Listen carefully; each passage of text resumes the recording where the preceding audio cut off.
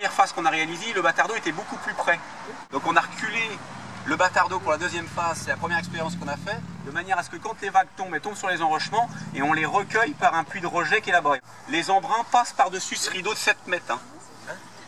Donc pour pouvoir travailler à sec sur le pardon de la digue, il faut absolument se protéger. On met en place des rideaux de pale-planche qui sont ensuite confortés à l'avancement par un épaulement en enrochement. On commence à être rythmé, c'est 3 semaines de travail à peu près. Entre démonter l'ancienne, replanter et se reprotéger. 3 semaines, 1 mois. Avant de pouvoir travailler. Et là on travaille à la marée. Hein. Donc à ces moments-là, c'est marée basse, marée haute, nuit comme jour pendant 1 mois. La digue est protégée par cette enceinte-là. La deuxième phase, c'est de démolir la digue existante. Donc en fait, elle est déconstruite dans son ensemble, phase par phase. C'est-à-dire on enlève tout de suite l'ensemble de sa carapace et tout de suite on emmène les matériaux sur la plateforme que vous avez vue là-bas et ils sont retraités. Donc en fait, ils sont triés, mis en concasseur et en sortie de concasseur, on fait 2 fuseaux.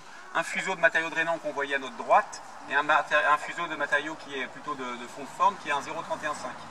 C'est la granulométrie, c'est le diamètre des grains.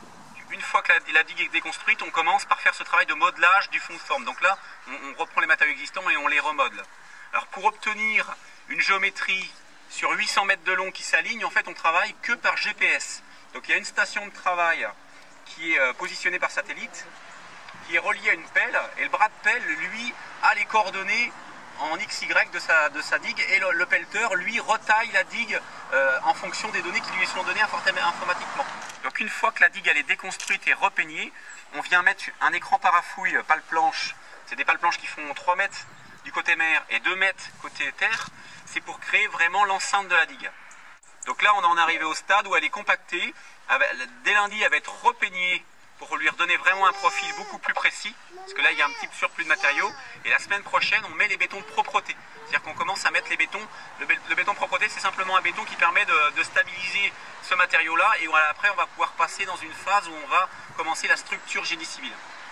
Vous n'avez pas quelque chose qui maintient la fondation sur une certaine profondeur.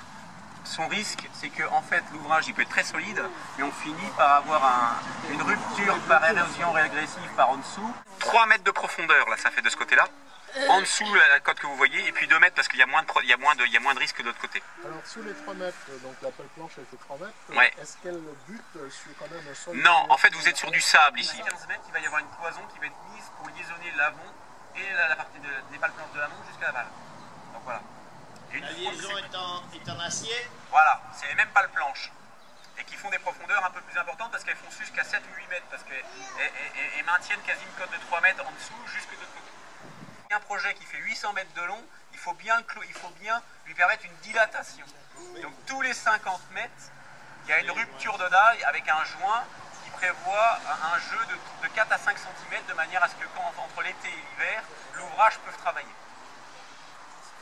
C'est vraiment des conditions qui peuvent être un peu apocalyptiques. Hein. Il y a eu des fois, on avait 1,50 m malgré les pompes. Hein.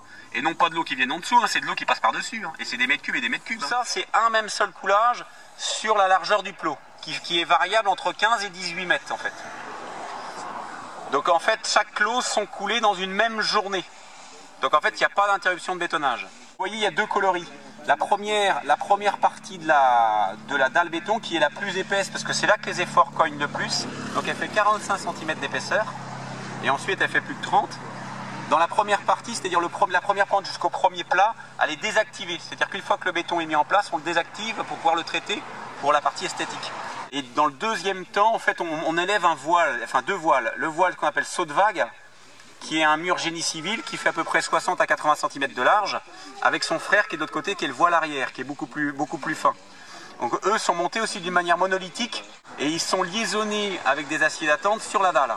Donc c'est quelque chose qui est quasi indestructible. Donc ça fait que les vagues puissent monter, s'enroulent et ne franchissent pas l'ouvrage. Normalement elle est prévue pour pouvoir avoir une occurrence qui soit plus que zinc. Le niveau va conduire l'eau jusqu'au bout là-bas. Donc en fait il va y avoir exactement la même chose que vous voyez qu'au bord de la route, mais qui va être monté sur l'ouvrage des pales planches là. comme une glissière de sécurité. Ah, moi, je suis Et qui fera caniveau pour récupérer les eaux éventuellement qui pourraient passer par-dessus. Et elles seront guidées vers notre côté. Et puis derrière les pales planches, il va être remis des matériaux et puis il va être refait un bicouche pour aller jusqu'à la chaussée. Très agréable puisqu'on a eu les élus littorales de toute la France, y compris la Martinique, la Guyane. Et c'était important pour eux de faire des réalisations parce qu'actuellement c'est très compliqué dans tous les territoires de France de faire des réalisations. Ça, c'est un des plus gros projets actuellement menés et puis concrets. Voilà. Puis on a pu parler, un peu échanger, mais ils étaient contents de voir que les choses fonctionnent et que c'est possible chez eux aussi, à partir bien sûr de trouver les validations, les financements et tout ce qui va avec. Oui, on a pris du retard, qui est en train de se rattraper, mais il y aura un décalage effectivement de 6 à 8 mois. Bon, ce qui n'est pas grave, c'est qu'on passe pas un hiver de plus en fait. Il reste en fait 2 hivers.